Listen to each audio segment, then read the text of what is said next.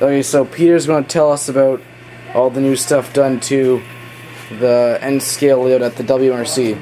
Okay, go. Alright, so you can see at this end we've got a whole bunch of scenery here. Hans has been working pretty hard on this over the last couple months, really over the course of the summer, so probably 3 or 4 months worth of work there. Yes. And at the other end, we'll get into the other end, and so what we've been doing is trying to get it back to a point where we can run. You know, it's been a year and a half since or almost a year since we've run any track on there, so we want to get some trains running. So we've put some temporary foam in place, so if when you look at things and you go, what the heck is all that pink and green foam? That's what's going on. We want to get to a place where we can run without worrying about the trains falling through and falling 10 feet to the ground and having some injuries. So just about done tying in the Helix at the other end, which will allow us to really traverse the whole layout from one end to the other, top to bottom. That's been working on that since last January, or even October I think it was, so it's been a long time since we've been able to do anything like that. So it's coming along. We're pretty happy with the progress so far. Do the thing about the Helix again, because your microphone panned away from them. I don't think people can hear. Oh no, if you turn your volume up you can hear it. Do it again and then that is also Peter's website, Layout Depot. Oh, jeez. LayoutDepot.com. Yes. Check it out, download layout plans, post your own. Yes, so talk about the engine shop and everything. Alright, so the engine shop's going to be tucked away in this area up here, back in behind the rock where you see the giant, the pillow and the giant bottle of glue right now.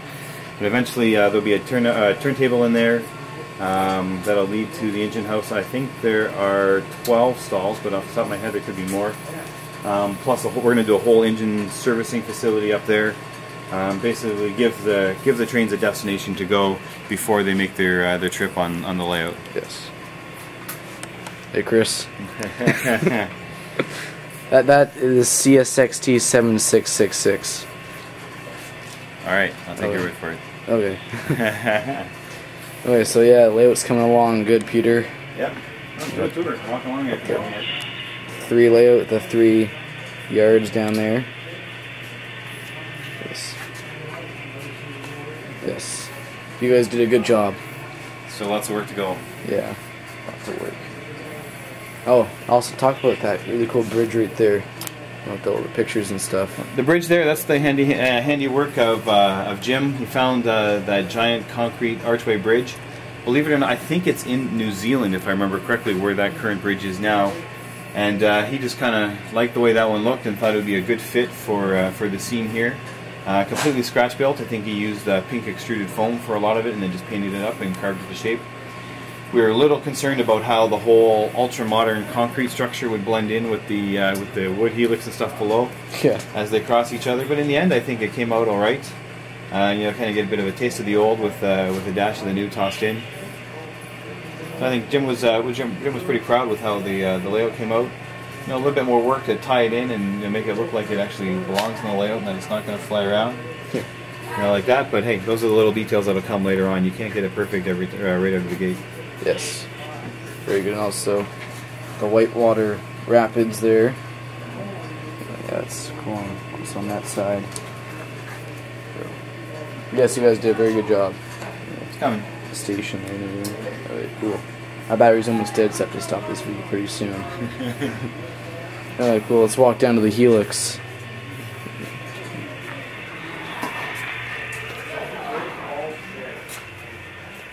So who did the paint? Who did the backdrop here? The backdrop, I think Hans did some of the painting of the backdrop. I'm not sure what the foam was supposed to represent. Rocks. That might be just giving something to give the rock molds to hold on to later on. I'm not sure. We still need to figure out exactly what industries are going to go where, kind of where it's going to go from rural to city to light industrial to heavy industrial down at that end. So we got some negotiating to do amongst us to decide who's going to do what industries, how big it's going to be. Are we going to do a steel mill this big, or is it going to be a smaller version of the same thing? Yes. See how it ties in. Eventually, I think you're going to see 17 bridges or something like that in here. That's our goal, and our objective is to scratch build them all. We don't want to use any plastic kits or anything like that. We want to be able to scratch build it, or craftsman's type kits or something like that, where it's all natural wood. So, yes, that is a cool idea. It's gonna look sharp. Yes. So this is just like going to be the countryside, or is it going to be city in here? This is very temporary scenery. We're not sure what's going to be. Like I said, this is just so that the trains didn't fall off as they're doing the laps. Yeah. We want to run the track and make sure that it's bulletproof before we get too far along. Yeah. And got some of the staging yards on the bottom part here. Another little engine shop or car shop. Alright, so let's go into the Helix.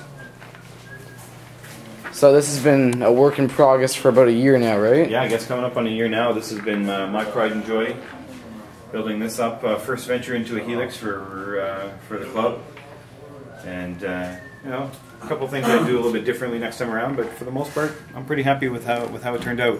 That hole was my home for 6 months. Yeah. Yes, every time I came in here, I saw you with your head up. I'd say, "Hey, Peter." He's like, "Oh, hey." Peter's here. Peter's here. So it feels good to be out. Yes.